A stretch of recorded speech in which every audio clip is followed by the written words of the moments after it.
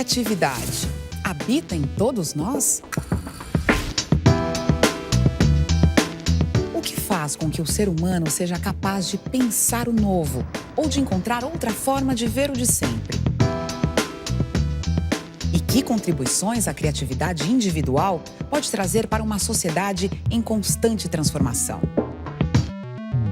Muitos autores pensaram a criatividade para tentar entender sua natureza, as condições de seu desenvolvimento e sua importância para a vida em geral. Nesta série do Café Filosófico, a busca pela compreensão do que seja a criatividade e de como, com ela e a partir dela, podemos fazer frente aos desafios da atualidade em crise. Uma crítica fundamental. Neste Café Filosófico, André Martins, curador desta série, recorre à teoria psicanalítica do brincar, de Winnicott, e às contribuições filosóficas de Spinoza e Nietzsche, trazendo pistas de como despertar a criatividade que reside em cada um de nós.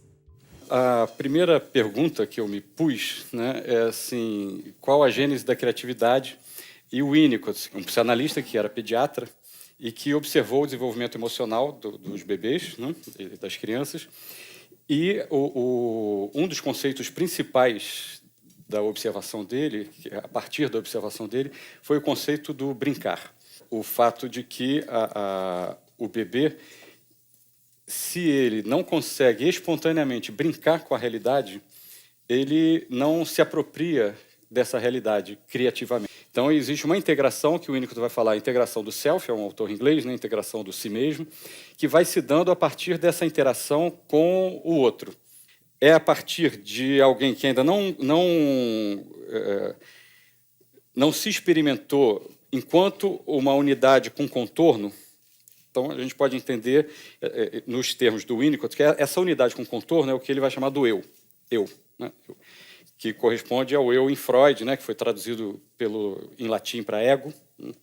Então, o que o Winnicott ele vai acrescentar é que, antes dessa unidade do eu, existe uma integração anterior, que é a integração do si mesmo, do self. E essa integração ela se dá por essa experiência com o fora. Ele fala mãe, não quer dizer que seja necessariamente a mãe genitora e nem uma mulher, é o cuidador, então é a mãe no sentido de uma função materna. Então, esse fora, o que o bebê não sabe que existe, se esse ambiente, sobretudo o cuidador, mas o ambiente em geral, for hostil, esse bebê, que não sabe que existe, ele vai ter uma vivência de defesa, de reação. Ele vai reagir a uma privação ou a uma invasão. Se, ao contrário, esse ambiente... Claro que não existe só uma coisa ou só outra, Então, o termo que ele usa é suficientemente bom, em inglês, good enough. Se esse ambiente for suficientemente bom e acolhedor, o bebê ele vai poder desenvolver o que o Winnicott chama de uma experiência da ilusão, que é uma experiência, em algum grau, de uma onipotência, que daria a ele uma vivência, uma sensação de potência, uma confiança de que esse ambiente é favorável a ele, que esse ambiente não o agride e permite que ele não vivencie uma experiência de ter que se defender de um ataque. Essa descoberta de si mesmo e constituição de si mesmo, e descoberta do mundo e constituição, digamos, da percepção do mundo, ela se dá pela criatividade. Aí o Winnicott ele vai dizer que por isso que é importante que o bebê, nessa espontaneidade, ele possa inventar o que já existe. Aí o que seria esse paradoxo? Inventar o que já existe. Significa que é um sentimento de criação, porque justamente é a partir dele que ele vai descobrir o mundo, quando o mundo não é invasivo, ele tem que se defender do mundo. Então, a partir dele é que ele descobre as coisas, e quando ele descobre as coisas, ele está descobrindo criativamente, ou seja, em algum grau projetando algo, mas em algum grau, de fato, descobrindo. E descobrindo o quê? O que ele encontra. Então, inventar o que já existe significa descobrir criativamente o mundo real, que é o que difere, por exemplo, de uma projeção fantasiosa ou, enfim, em graus mais radicais ou graves, delirante. Essa projeção delirante seria justamente a projeção que impede o conhecimento da realidade. Em geral, é como defesa psíquica contra e a partir de traumas, ou seja, de experiências traumáticas de invasão, né, ou de precariedade. Então, a projeção é justamente quando, para poder suportar o outro, a realidade, eu projeto o que eu já conheço. E aí eu não estou me abrindo para o novo. Todos nós temos uma criatividade que é imanente. Imanente no sentido de que é o próprio movimento da existência e que existem graus, né, de formação de si, de relação com o ambiente, de história de vida, que vão fazendo com que a gente seja mais criativo ou menos criativo. O Winnicott, um termo que ele usa, que é importante para a gente entender não só a teoria do desenvolvimento emocional que ele propõe, como, em particular, dentro dela, a questão da criatividade, é que assim, a saúde psíquica é quando a gente pode ser mais do que reagir. O Winnicott, ele vai falar, que eu botei no título da palestra, né, de uma força vital. O Spinoza, ele tem um conceito que, na verdade, ele está redefinindo a maneira dele, é um conceito que é da filosofia da época, que em latim é conatus, que é entendido como a potência singular, né, de cada indivíduo. Então, esse conatus, que é uma potência de expansão, quando ele define o conatus como potência de perseverar, esforço, de perseverar no seu ser, não é conservar o seu estado. O princípio de autoconservação, ele digamos, o que normalmente tende a se tornar mais forte em nós, à medida em que, e tanto mais quanto, a gente se sentir ameaçado. Então, conservar o seu estado, se a gente pensa estado, fica até mais fácil de entender. Por quê? Porque o estado é um estado momentâneo, atual. Conservar o estado significa inibir-se, defender-se. Porque senão, porque o estado não é uma coisa que existe. O estado é uma consideração de um momento atual. Se eu me proponho a conservar um estado, eu estou me propondo aí contra a passagem do tempo. Aí contra o que a filosofia contemporânea vai chamar do devir, né? Aí contra o fato de que a vida é expansão, enfim, interação, e está tudo sempre mudando. Então, o princípio de autoconservação, a conservação do estado, significa que perseverar no ser ficou em segundo plano. Perseverar no ser está sendo inibido. Então, quando o Spinoza pensa nesse conatus como potência, e essa potência como definida como esse perseverar no ser, a ideia que ele está passando é justamente uma potência de expansão nessa interação com o mundo, com o outro, e é nessa interação que eu me constituo. Todos temos a criatividade dentro de nós, mas ela varia e se diferencia em graus de pessoa para pessoa. A interação com ambientes favoráveis desde a infância aumenta a nossa confiança interna e o nosso potencial criativo, que é a força vital que propicia a nossa expansão num mundo que está sempre mudando. Por outro lado, ambientes hostis nos tornam reativos e defensivos em relação ao novo. André Martins nos traz agora a Spinoza para falar sobre a constituição do indivíduo e sua relação com o mundo, com o real. Spinoza apresenta assim, o real é uma substância só, uma única substância. Então, cada coisa singular, por exemplo, cada ser humano, cada um de nós, seria modificações dessa substância única. Portanto, a potência individual de cada um de nós, por exemplo, ela é uma expressão da potência da vida, da natureza em geral. Isso ajuda a entender também o que eu tinha falado sobre o Winnicott, né? Sobre a própria ideia do self. Quer dizer, a nossa potência não é a potência de alguma coisa que está dentro, ou de alguma coisa prévia. A nossa potência é a própria potência que nos constitui. Spinoza chama, né, essa substância única de Deus, né? Aí, enfim, em geral, nietzschianos e espinosistas não concordam com esse uso da palavra, né, porque, para Nietzsche, enfim, Deus morreu, e existem argumentos pró e contra um e outro, mas o que eu diria é assim, que Deus, do grego theo, princípio de todas as coisas, quando Spinoza ele mantém a palavra, o que ele está querendo dizer é que o princípio de todas as coisas é a própria vida, é a substância única, que é autopoética, autoprodutora, e produtora justamente de coisas singulares na imanência, ou seja, não como algo separado do que é produzido. Bom, enquanto que o Nietzsche, quando ele critica a ideia de Deus, ele está criticando a ideia de um Deus tradicional criado à nossa imagem e semelhança, né, por projeção, enfim, por questões psicológicas que, enfim, buscam conforto, né, nessa criação.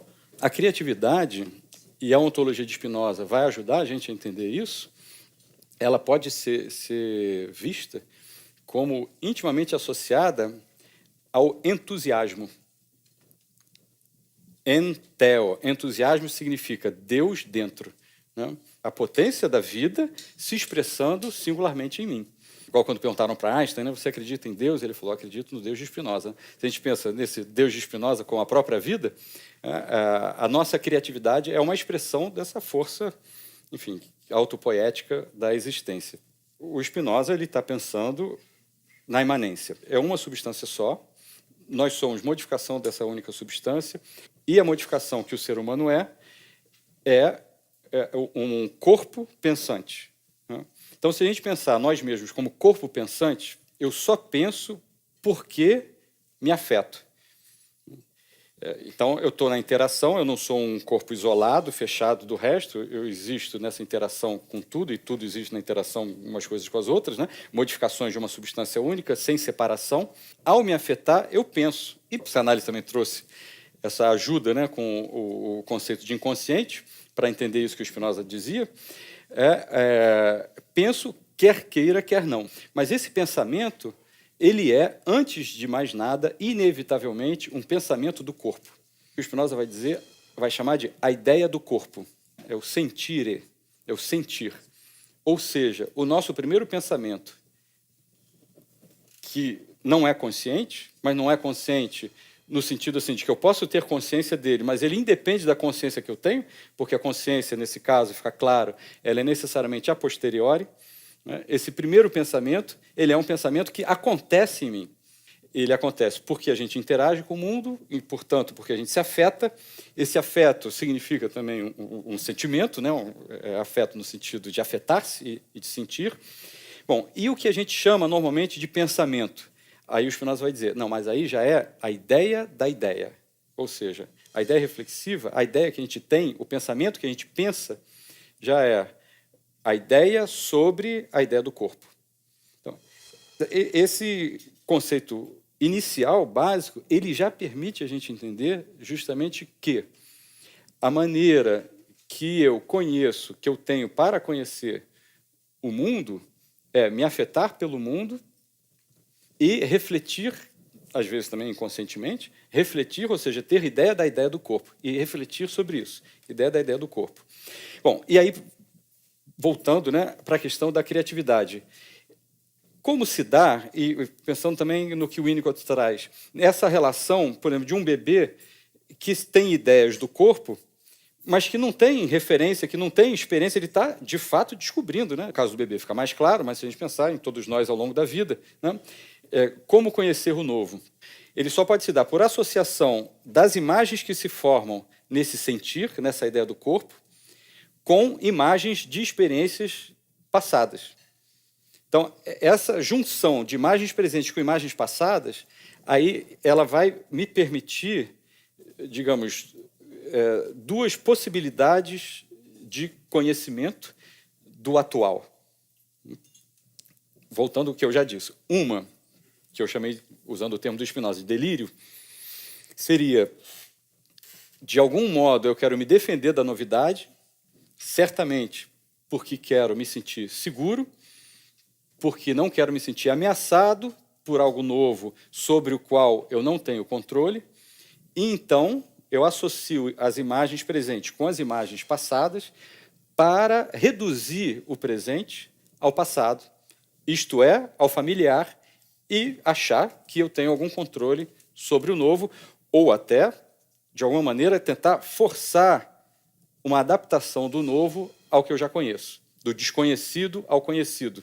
Então, ao invés de me enriquecer com aquilo com o que a experiência está me trazendo, e que é sempre, é preciso lembrar, é sempre singular, porque não existem duas coisas iguais, né? Então, quanto mais eu me fecho para a singularidade não só dos objetos, mas, sobretudo, da minha experiência, porque o mesmo objeto certamente pode me trazer experiências novas a cada momento, porque todo o resto está mudando e eu estou mudando, dentro desse devir que é a vida. Então, quanto mais eu me fecho, quanto mais eu projeto, mais eu empobreço a minha percepção e mais eu inibo a minha criatividade. Ao contrário, então, segunda hipótese, quanto mais propositadamente ou espontaneamente eu uso as imagens que eu já conheço do passado e que se associam mais ou menos espontaneamente às imagens presentes, que são singulares e novas, se eu uso essa associação só para ter pistas de aproximação do novo, ou seja, para de fato conhecer o novo, aí eu vou estar me permitindo não só um enriquecimento da minha experiência, da minha percepção, uma renovação do meu conhecimento, da minha experiência, uma compreensão maior, inclusive das coisas antigas. O movimento é contrário, né? O presente que vai transbordar por cima do antigo, e eu vou estar permitindo a minha criatividade também. Às vezes dá a impressão, ou pode dar a impressão, que assim, que o novo seria só uma associação de imagens, como se as imagens fossem figuras, mas não são. Spinoza já chama atenção para isso. Imagens não são figuras. Ele ainda enfatiza. Não são pinturas mudas em um quadro. Quando ele está falando de ideias e mesmo de imagens, o que ele está falando, ele está dizendo que são sempre concepções. A proposta é a gente pensar um mundo onde tudo é singular e onde eu associo singularidades dentro de um campo de pensamento que se confunde com as minhas próprias sensações, que também são sempre únicas. Então, a questão da aproximação é justamente para compreender o mundo e não para impor um sentido familiar ao mundo. É aproximar do familiar para compreender criativamente. Não é o caminho contrário, né? Só insistindo um pouco mais nessa ideia. Não é o caminho contrário assim, de que só existe o conhecido e a criatividade tirou da cartola, trouxe do sobrenatural. Não, é o contrário. É um mundo de coisas novas e que a criatividade é uma interação ativa com essa novidade do mundo.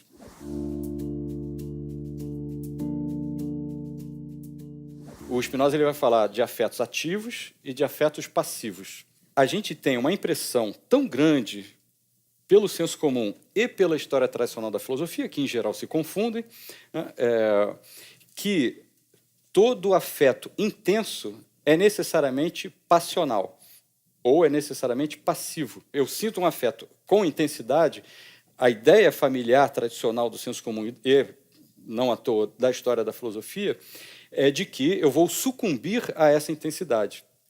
E o Spinoza, ele não pensa assim. Ele vai o tempo inteiro mostrar em que condições e como os afetos do que ele chama de razão, que não é a razão tradicional, como tradicionalmente é compreendida, os afetos da compreensão, do inteligir e do compreender, eles podem ser muito mais, ele usa o termo, intensos, muito mais fortes do que os afetos passionais nos quais eu sou não só causa parcial, como na maioria das vezes sucumbo aos afetos de tristeza ou alegrias passivas, como ódio, raiva, ciúme, enfim. Ele vai tentar mostrar justamente como que nós podemos nos afetar intensamente, de modo a que a intensidade dos afetos que são ativos possa ser superior à intensidade e à força dos afetos passivos. Embora ele explicite que só um afeto mais forte combate, ou se sobrepõe, ou desfaz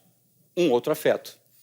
Então, se a proposta dele na ética é justamente como que o que ele chama de razão, volto a dizer que é diferente do que a tradição chama de razão, e a compreensão, que em latim o verbo não é cognoscere, conhecer, mas inteligire, compreender, e a compreensão precisam ser afetos mais intensos, caso contrário, nós estaríamos fadados aos afetos passivos e à passionalidade, todas as torturas tão bem retratadas na literatura e na história da filosofia tradicional, em nome das paixões, né, e dos afetos passivos. O que ele está falando é do entusiasmo.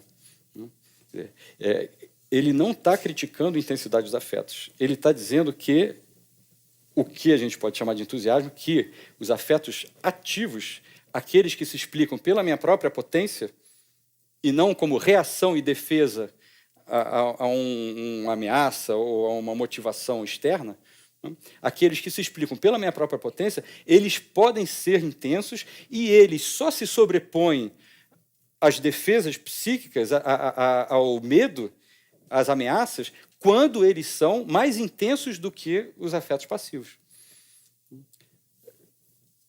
No senso comum, a gente pensa assim, é preciso fazer as coisas, viver com paixão. É isso que o Spinoza está dizendo. Ele só não diz paixão porque ele guarda a palavra paixão para falar afeto passivo, né? Então, ele vai falar afeto passivo, ele vai falar afeto ativo para se contrapor ao afeto passivo.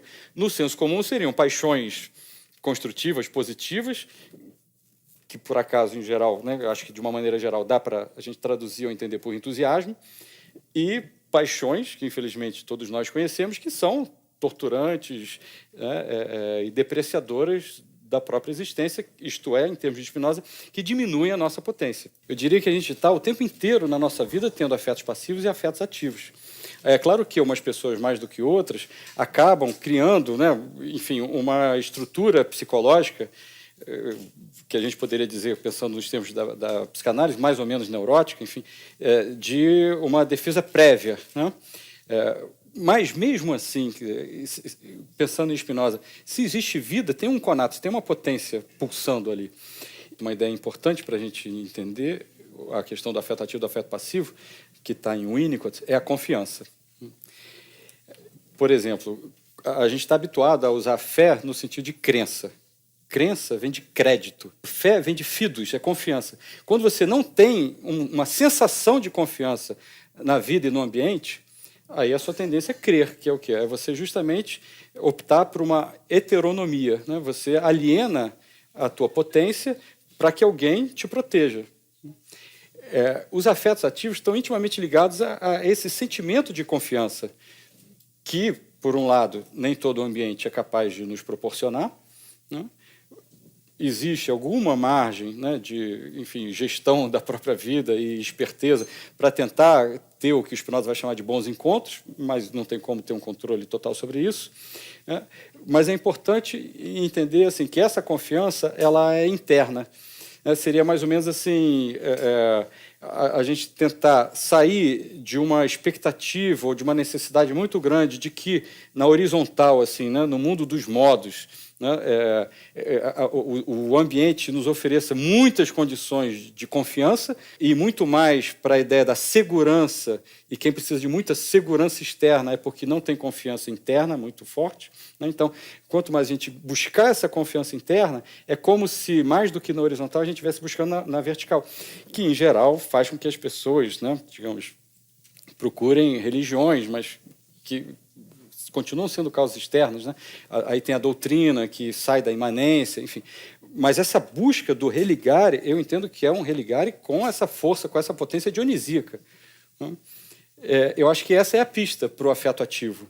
É entender que, assim, quanto mais eu me sentir potente por uma confiança em relação à própria existência, isto é, quanto mais eu conseguir ser menos orgulhoso, vaidoso, identitário, etc., etc., eu acho que a gente vai saindo de um ressentimento com a vida, de uma guerra de todos contra todos, do mundo robesiano, e mais vai entrando nesse sentimento espinosista dessa eternidade que nos dá força, não é para ficar flutuando, que nos dá força para a vida modal, né? Para a vida mesmo, do dia a dia, das nossas relações, né? Na vida somos afetados o tempo todo. É preciso conhecer os afetos que nos mobilizam e aqueles que inibem nossa ação e criatividade. Nas palavras de Spinoza, na medida em que a mente compreende todas as coisas como necessárias, ela tem um maior poder sobre seus afetos. Para transformar nossos afetos, é preciso compreendê-los, mais do que raciocinar sobre eles. A razão, como a entende Spinoza, não somente não basta, como não serve sozinha para o conhecimento das coisas singulares. O Nietzsche ele vai falar de dois princípios ativos, né? Os famosos, o princípio dionisíaco e o princípio apolíneo. Eu diria assim que o Nietzsche está pensando esse dionisíaco ao modo dessa pulsão, dessa força, essa força vital, desse conatos, que vem do todo, né? E que se expressa também individualmente. Está falando de uma expressão singular desse princípio dionisíaco. A potência maior dionisíaca não seria de um dionisíaco puro, usando os termos que ele mesmo usa. O dionisíaco puro seria reativo. Por quê? Porque justamente ela não é uma expressão, ela é uma destruição.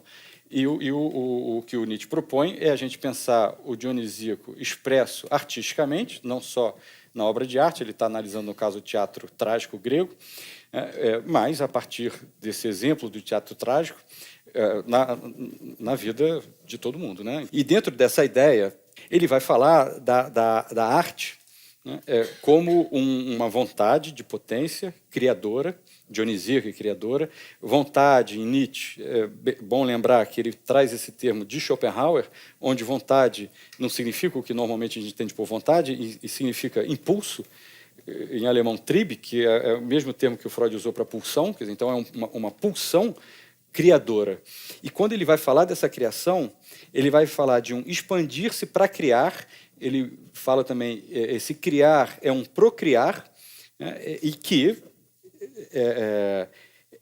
não significa autoconservar-se. Né? Quando a gente se sente se realizando, expressando algo que vale a pena, a autoconservação não é o que aparece em primeiro plano. Né? Quer dizer, então, a ideia de que tudo na vida seria uma expressão de uma teleologia, de uma causa final, de conservação da espécie ou conservação do que quer que seja, qualquer teoria dessa que fica imaginando uma finalidade ou um telos, uma ordem oculta, Nietzsche não concorda com isso, e eu concordo com Nietzsche. O que ele está pensando é esse indivíduo se expressando, e é o que ele vai chamar dessa vontade de potência, vontade de expansão, vontade de realização.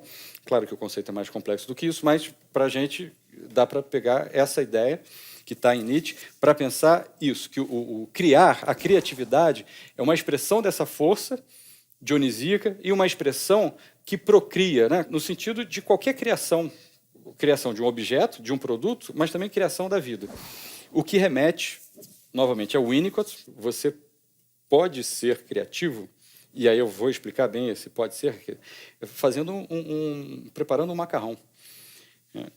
Bom, e aí a primeira coisa que eu imagino, né, que a gente tem a tendência a pensar assim, puxa, vou fazer uma receita que nunca ninguém fez. Não, não é isso. O que ele está querendo enfatizar é que, assim, que a criatividade está no movimento, na relação que você tem com o que você está fazendo. E, nesse sentido, que eu entendo que o Nietzsche está falando do procriar, né, que é a criação da própria vida, porque se eu vivo me expandindo, né, eu vivo trocando, interagindo e, portanto, enfim, oferecendo coisas, né, recebendo e oferecendo, me enriquecendo e enriquecendo as interações que eu tenho. Tradicionalmente, a história da filosofia e o senso comum, volto a dizer, se confundem, né, propôs, e isso até mesmo Freud propôs, uma divisão entre prazer e dever. O isso, ou id, do outro lado, o ego, junto com o superego. De um lado, e é dito explicitamente em várias passagens de Freud, a psicose ou o risco da psicose, do outro lado, a neurose. Essa dicotomia, ela sempre foi apresentada para a gente, continua sendo apresentada no senso comum, enfim, como você tem pulsões que são perigosas. Essas pulsões, por serem perigosas, elas podem levar à destruição, né? E para que a vida, não só coletiva, como mesmo individual, seja viável, é preciso reprimi-las. Então, essa é a dicotomia tradicional da nossa cultura. Fato é que essa dicotomia, me parece que ela serve a uma docilização da criatividade. E por quê? Porque fica mais fácil, justamente, um controle geral dos indivíduos, um controle, portanto, da vida coletiva. Psiquicamente, essa teoria tem acolhida, porque quando a gente é contrariado ou sente angústia por alguma coisa, é eficaz voltar para a autoconservação, né, diminuir os riscos ao ponto, né, de usar um termo do Canguilhem, adoecer. Quando ele diz saúde é correr o risco de ficar doente e se recuperar, doença é limitar, é limitação de possibilidade. Então, faz sentido que, para evitar dor, sofrimento, risco, a gente auto-iniba a nossa criatividade, a nossa potência. E, na história ocidental, né, do processo civilizatório, me parece que isso fica muito claro, que existe essa docilização dessa força vulcânica e transformadora dionisíaca. Se a gente pensar como repressão, fica mais fácil de acompanhar o meu raciocínio. Que a repressão gera uma relação e uma expressão da nossa potência, e nesse sentido das nossas pulsões, como disruptivas, destrutivas, descontroladas. Ou seja, a própria dicotomia se autoalimenta. Mas não é preciso ser assim. Uma coisa é justamente o bebê e depois a criança não se inserir gradativamente na sociedade, na relação com o outro. Quando, então, vai ser preciso a tal da lei castradora para perder a virilidade, a potência, para tornar impotente aquele ser que, então, vai se tornar um ser simbólico ou cultural. O que o Winnicott vai mostrar é que essa inserção na cultura ela pode ser, e é mais saudável que seja, e é mais potente que seja, gradual. Gradual justamente como? A partir dessa integração do self, dessa confiança na própria potência, quando, então, ela não vai ser mais reativa e, portanto, ela não vai ser mais destrutiva. Num certo sentido, se a gente quiser manter o termo, ela vai ser agressiva, ela vai ter algum grau de agressividade, né? Mas no sentido dessa expressão criativa, justamente. Na verdade, a oposição real, eu diria que não é entre prazer e dever, mas é entre criatividade e um dever concebido como desprazeroso, contrário à criatividade, repressor, em nome, aí que vem, né? Em nome, na verdade, só de uma suposta segurança, que, na verdade, é angustiante, produtora de depressão, produtora de angústia, mas que torna tudo, voltando ao que eu falei na primeira parte, conhecido, né? A ideia do está tudo dominado, né? Bom. Só que, justamente, quanto mais está tudo dominado, quanto mais, né, a gente se acomoda nessa segurança psíquica, o sistema me oprime, não é isso. É uma causa parcial.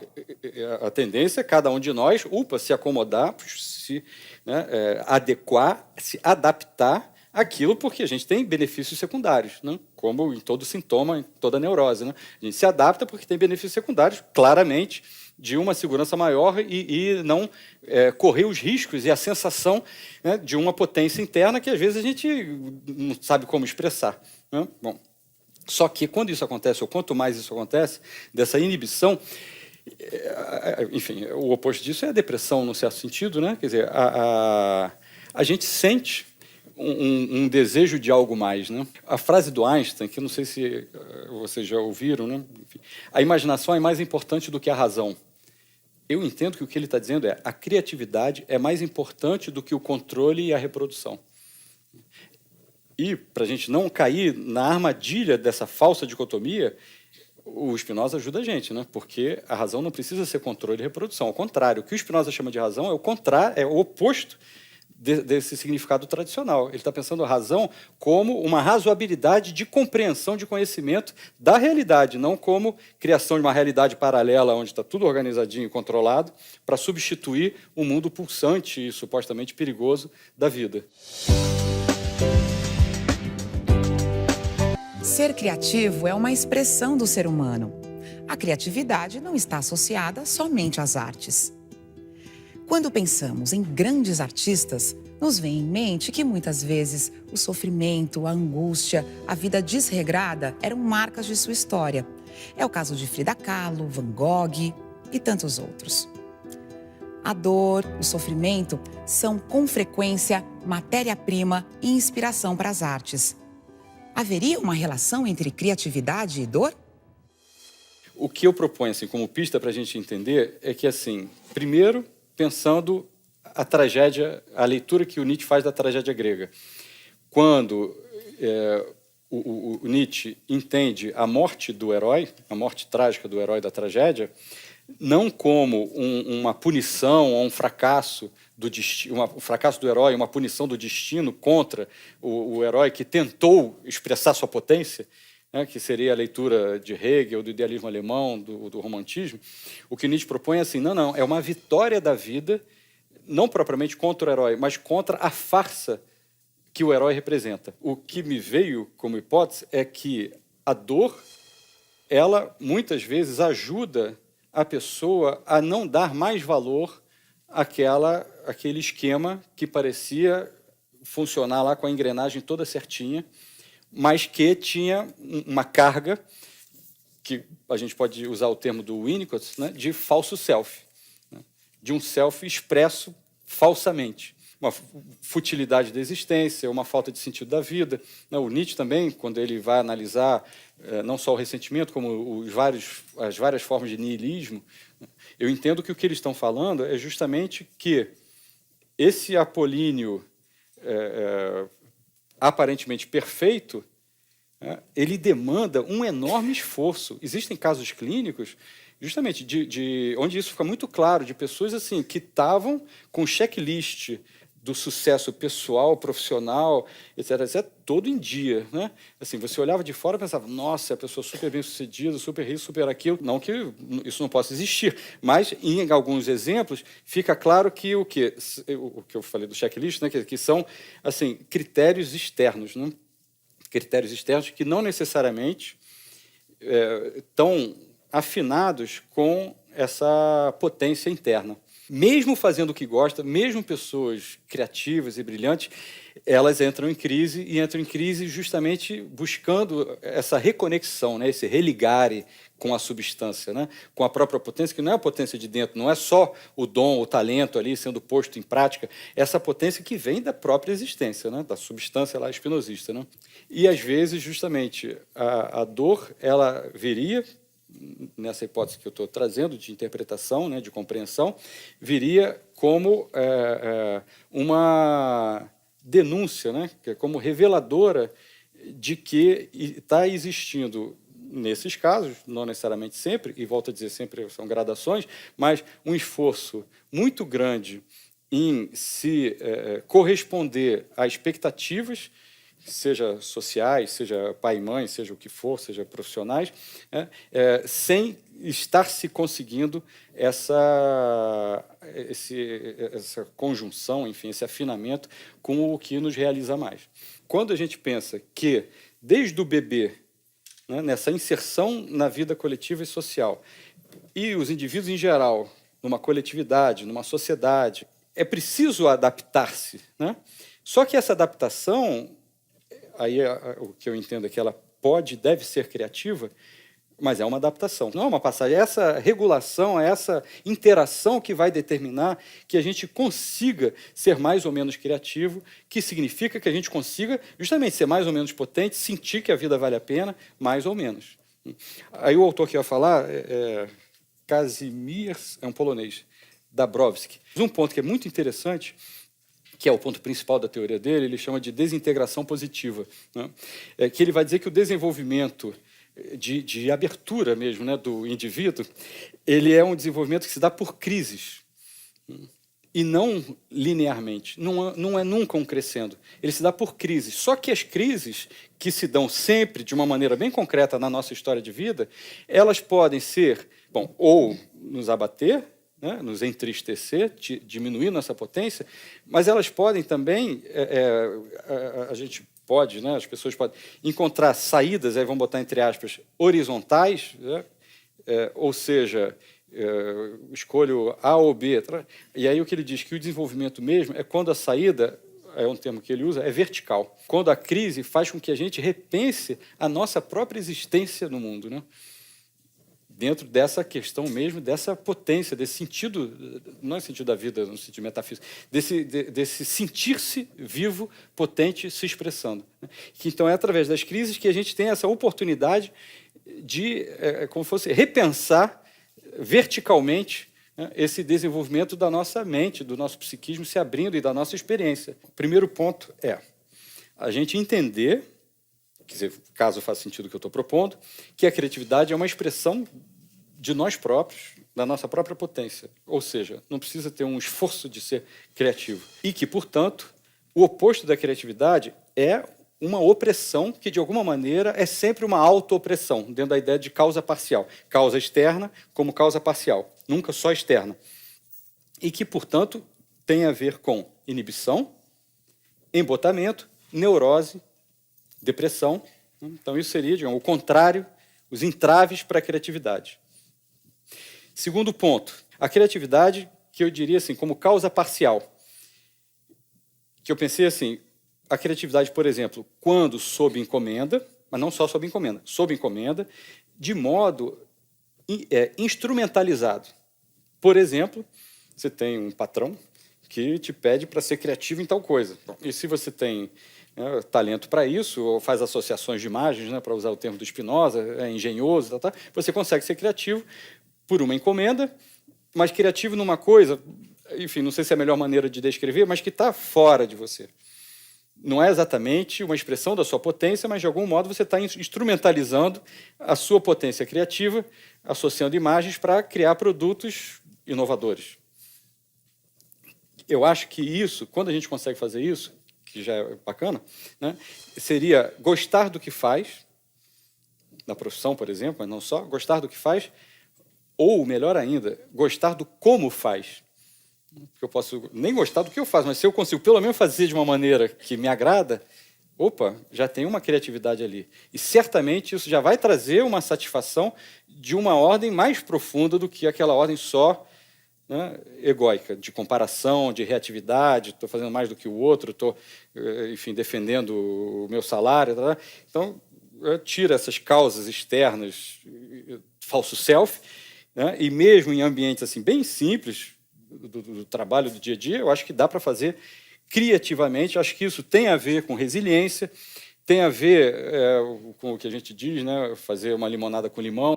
Uma outra modalidade de criatividade, eu pensaria que seria a macarronada do Winnicott. Tem muito mais a ver com o modo como eu faço, e aí um modo que, sim, me expresse. O que me veio à mente foi uma frase do Fernando Pessoa, quando ele diz, ser inteiro em tudo que fazes. Aí, voltando ao Winnicott, um sentimento de sentir-se vivo, de que a vida vale a pena, de que você está sendo mais do que reagindo, né, que você está expressando verdadeiramente o seu self. E uma quarta modalidade, aí seria o tal da força maior. Relembro, o Bach, o Mozart produziam sob encomenda. Então, mesmo sob encomenda, quando a gente consegue, de fato, expressar essa potência interna de uma maneira intensa, né, para usar o termo do Spinoza, algo que é mais forte do que a gente, né, em algum grau. Mas se a gente pensar no relato dos artistas, isso fica bem claro, né, porque eles vão sempre apresentar para a gente essa ideia de que existe uma necessidade interna de expressão que é mais forte do que o resto. Escrevo e pronto. Escrevo porque preciso. Preciso porque estou tonto. Ninguém tem nada com isso. Escrevo porque amanhece e as estrelas lá no céu lembram letras no papel quando o poema me anoitece. A aranha tece teias. O peixe beija e morde o que vê. Eu escrevo, apenas. Tem que ter porquê? Mesmo que, enfim, cada um de nós sinta ou não sinta essa força maior do grande Criador, não faz mal. Todos, aí eu vou citar Spinoza, todos, abre aspas, sabem por experiência o que é a eternidade. Eternidade, em Spinoza, em Nietzsche é mais ou menos o mesmo sentido, é o que? Não é o perpétuo, não é o transcendente. A eternidade é a experiência na duração, na imanência do não-tempo. É a experiência dessa força desse entusiasmo que vem da própria vida. E eu diria justamente que é uma questão de saúde psíquica e existencial que essa criatividade seja escutada, né, ouvida e expressa, né? E, claro, se a gente pensar em termos sociais, né, de instituições, inclusive, e tudo mais, me parece assim, muito claro que se, ou enquanto, ou o tanto quanto a contemporaneidade não se abrir para essa expressão da criatividade, permanecer na modernidade, nesse ponto, vai continuar dando errado. A contemporaneidade, ela tem que entender que o único modo de sair da crise é por uma saída vertical. Tem que, de alguma maneira, dar esse salto para entender essa relação nossa com a natureza, porque é na substância e na natureza que é daí que vem a nossa potência. Esta e outras palestras você encontra no site e Facebook do Instituto CPFL e no canal do Café Filosófico CPFL no YouTube. A mentira é essa, porque o caos ele só se estabelece quando o ambiente é hostil. E uma das maneiras do ambiente ser hostil é a repressão e o moralismo. Para mim é muito claro que o que se pode pensar a partir da ideia de sustentabilidade é a única alternativa de abertura para alguma transformação política e social.